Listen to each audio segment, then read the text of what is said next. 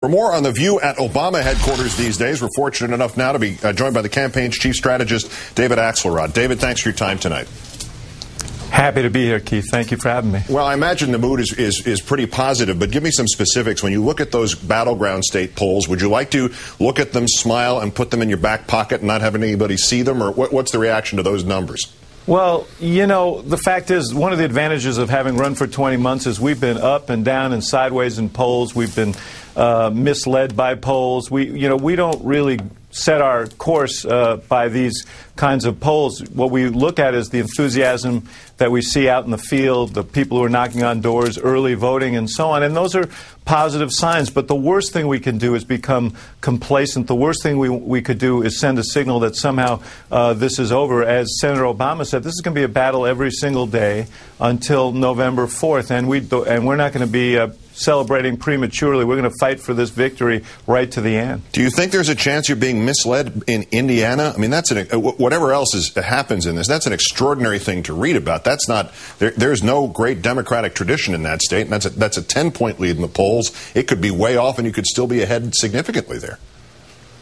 Well, it's been 44 years since they voted for a Democratic candidate for president. But the truth is that Indiana, like so many other states, has really felt the lash of these Bush economic policies that Senator McCain essentially wants to continue. And I think people have said enough is enough. We want to change. Now, it's going to be close, and I'm not sitting here declaring victory in the state of Indiana, but I know this. We were there today. Senator Obama spoke to a huge crowd in Indianapolis, and the enthusiasm level was really something to behold. And so, the objective signs are that things are going well there. And I spoke to a number of elected officials from throughout the state, including southern Indiana, which has been a particularly difficult terrain for the Democratic candidates. And they're all very bullish. So, we're going to keep fighting for every vote in that state. And we're hopeful. It's our neighboring state from Illinois, and we'd love to put them in the Democratic column. One poll we did not go into any detail about, but John Harwood mentioned it, and I think I'd love to know what you read of it. The Associated Press yesterday, the only one like this at the moment, likely voters, Obama 44, McCain 43. I mean, I know likely voters can be massaged any way a pollster's likes. You get a 100-0 score if you go with the right group of likely voters. But can you walk us through what this one means or does not mean? Well, I don't know. I mean, what it means is that if they're right and everybody else is wrong, they're going to have a jubilant evening on November 4th, or at least their pollster is. But I think that everything, the sampling in these polls is very important, and you have to look inside the internals. And one element of it suggested that, close to 50% of the people there identified themselves as evangelicals in one of their runs, and so on. So, I mean, it's very hard to analyze this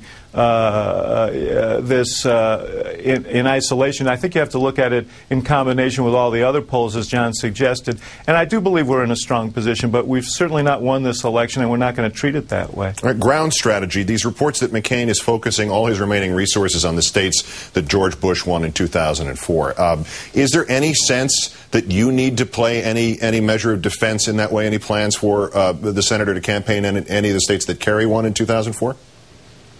Well, we're fortunate because we are well fortified. We believe in the states that Kerry won, and we're going to spend the preponderance of our time trying to expand the battlefield. Keith, one of the things we started out to do at the beginning of this race is shatter this red state, blue state paradigm that we've been locked in for so many election cycles, and try and win in places where Democrats haven't won before. We have that opportunity now, and we're going to press our case in those states, and that's where we're going to spend much of our time. And we feel good about it. Senator Obama was just in Florida and North Carolina and Virginia, and the feel in all those states, in addition to Indiana, is very positive. We think we've got a great opportunity there, and we want to make sure we make the strongest possible case. Two last questions. Next Wednesday, when you essentially buy up national television for half an hour on most of the channels, any clues yet as to what you're going to show people?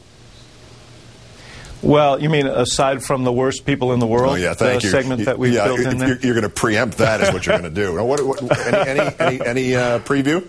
Well, You know, we've been circumspect about sort of talking about the format of it, but you can, I think, be assured that we're going to continue to make the case that we've been making, that the course we're on has led to a bad place, and that Senator Obama is offering ideas that can ensure that the next 4 years will be better than the last 4. And I think that's what people are looking for now.